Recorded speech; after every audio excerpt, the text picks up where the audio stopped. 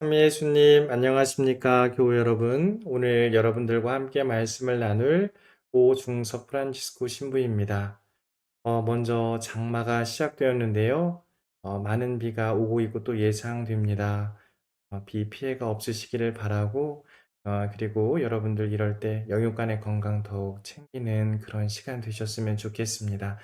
여러분들과 오늘 말씀을 나누기 전에 일상에 바빴던 우리 시간들, 분주함들 내려놓고자 잠시 고요함에 머무는 시간을 갖도록 하겠습니다.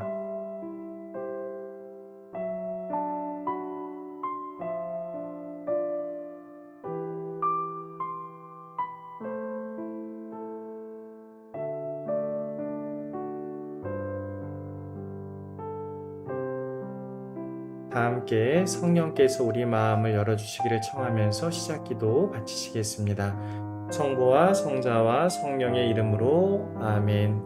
말씀은 바로 내 곁에 있고 내 입에 있고 내 마음에 있다. 주님 성령의 빛으로 저희 눈을 여시어 주님의 길을 보게 하시고 저희 귀를 여시어 생명의 말씀을 듣게 하소서. 아멘. 성부와 성자와 성령의 이름으로 아멘. 오늘 여러분들과 함께 듣고 묵상할 연중 제15주일 마테오복음 13장 1절에서 9절의 말씀입니다. 그날 예수님께서는 집에서 나와 호숫가에 앉으셨다. 그러자 많은 군중이 모여들어 예수님께서는 배에 올라 앉으시고 군중은 물가에 그대로 서 있었다. 예수님께서 그들에게 많은 것을 비유로 말씀해 주셨다. 자, 씨 뿌리는 사람이 씨를 뿌리러 나갔다. 그가 씨를 뿌리는데 어떤 것들은 길에 떨어져 새들이 와서 먹어버렸다. 어떤 것들은 흙이 많지 않은 돌밭에 떨어졌다. 흙이 깊지 않아 싹은 곧 돋아났지만 해가 솟아오르자 타고 말았다. 뿌리가 없어서 말라버린 것이다. 또 어떤 것들은 가시덤불 속에 떨어졌는데 가시덤불이 자라면서 숨을 막아버렸다. 그러나 어떤 것들은 좋은 땅에 떨어져 열매를 맺었는데 어떤 것은 100배, 어떤 것은 60배, 어떤 것은 30배가 되었다. 귀 있는 사람은 들어라. 네, 오늘 여러분들께서 들으신 마테오복음 13장 씨 뿌리는 사람 이의 비유 이미 많이 들으셔서 익숙하실 텐데요. 이 마테오복음 13장은 총 7가지의 비유로 구성이 되어 있습니다. 가라지의 비유, 겨자씨의 비유, 누룩의 비유, 그리고 보물, 진주, 상인의 비유, 그물의 비유가 바로 그것입니다. 예수님께서 왜 이렇게 비유로 말씀을 7번이나 하셨을까? 우리가 그것을 이해하기 위해서 비유의 의미를 한번 살펴보고자 합니다. 이 비유라는 말은 어떤 것을 설명하거나 분명히 하기 위해서 옆에 무엇인가를 놓아 비교한다라는 뜻을 갖습니다. 그러니까 표현하려는 대상을 다른 대상에 빗대어 나타내는 거죠. 우리가 어렸을 때부터 비유나 상징 이런 개념들을 많이 익숙해져 있는데요. 저는 오늘 이 비유에 대해서 말씀드리면서 예수님께서 하늘나라의 비유를 참 자세하게 설명을 해 주셨다. 또 우리가 친숙한 일상의 방식, 특히 농경 문화, 우리도 물론 이스라엘과는 분명히 다르지만 농경 문화의 전통 그리고 여전히 이어지고 있는 문화들 안에 살고 있기 때문에 조금 더 익숙한 비유의 말씀으로 다가오지 않나 이런 생각이 들었습니다. 씨 뿌리는 사람의 비유인데요. 예, 그림 한 장을 넣었어요.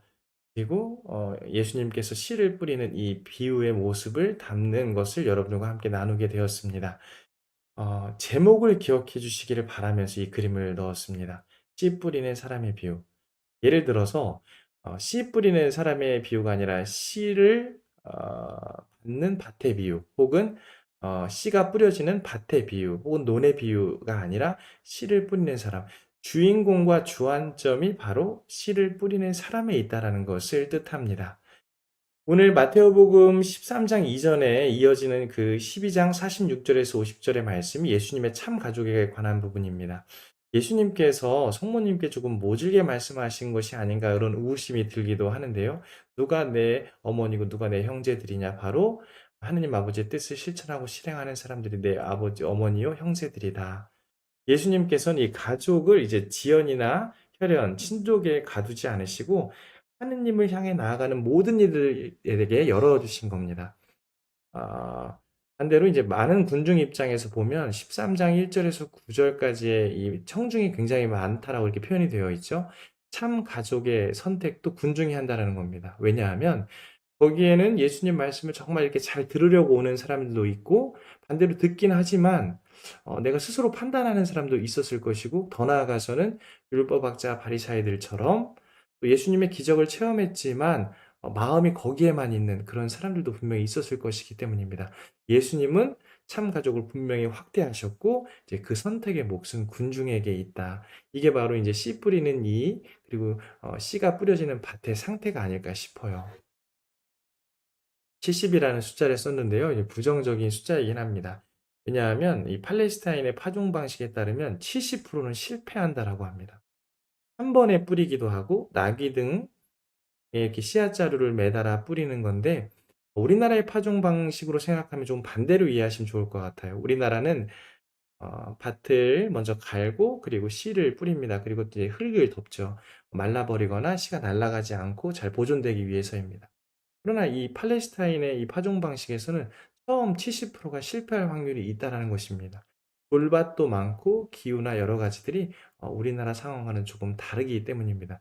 그럼 왜 씨 뿌리는 씨를 받는 밭이 아니라 씨 뿌리는 이가 중요한가 이렇게 생각을 해볼 수도 있겠죠.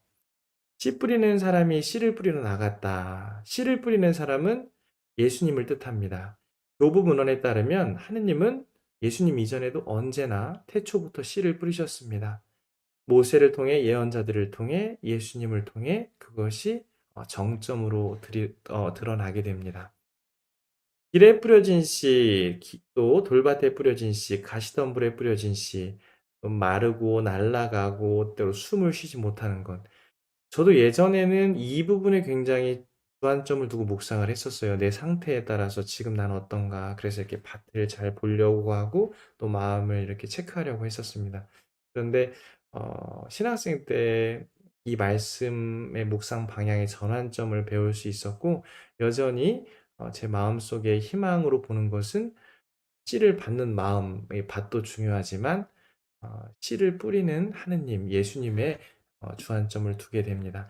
요한금구 성인이 그런 말씀을 하셨습니다. 오늘 많은 군중들이 모였는데 거기에는 아까 말씀드린 것처럼 이렇게 분류가 돼서 모인 게 아니라 부자도 있었고 가난한 사람도 있었고 용감한 사람도 있었고 비겁한 사람도 있었다라는 겁니다.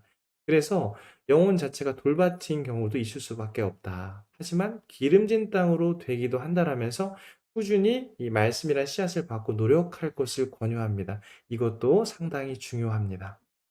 마지막으로 너희에게는 하늘나라의 신비를 아는 것이 허락되었지만 저 사람들에게 허락되지 않았다. 왜 비유로 말씀하셨을까? 이 비유의 의미도 중요합니다만 여기 기네스코 알다가 중요합니다. 개념적인 파악이 아니라 이 안다라고 하는 건 하느님의 주권과 그분의 움직임이 먼저 있다라는 것입니다.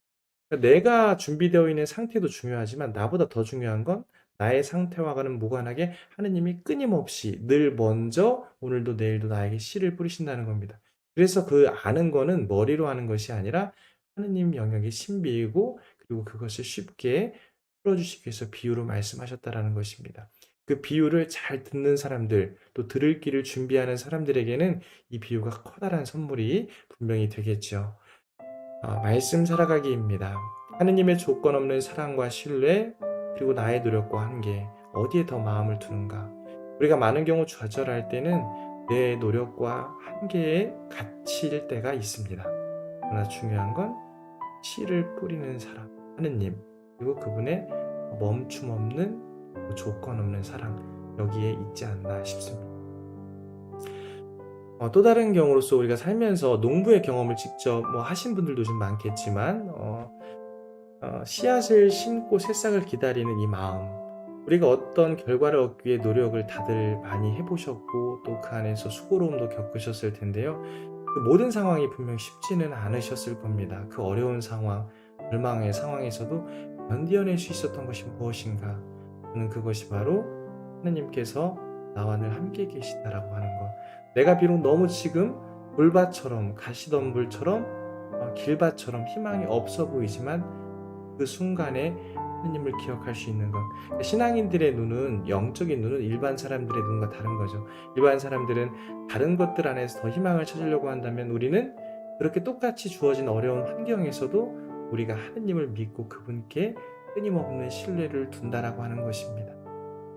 이번 한 주간 또 펼쳐질 여러 가지 일들, 또 감정들 안에서 나와 우리 모두를 향해 당신 사랑의 씨앗을 뿌리시는 하느님을 기억하면서 힘들 내셨으면 좋겠습니다.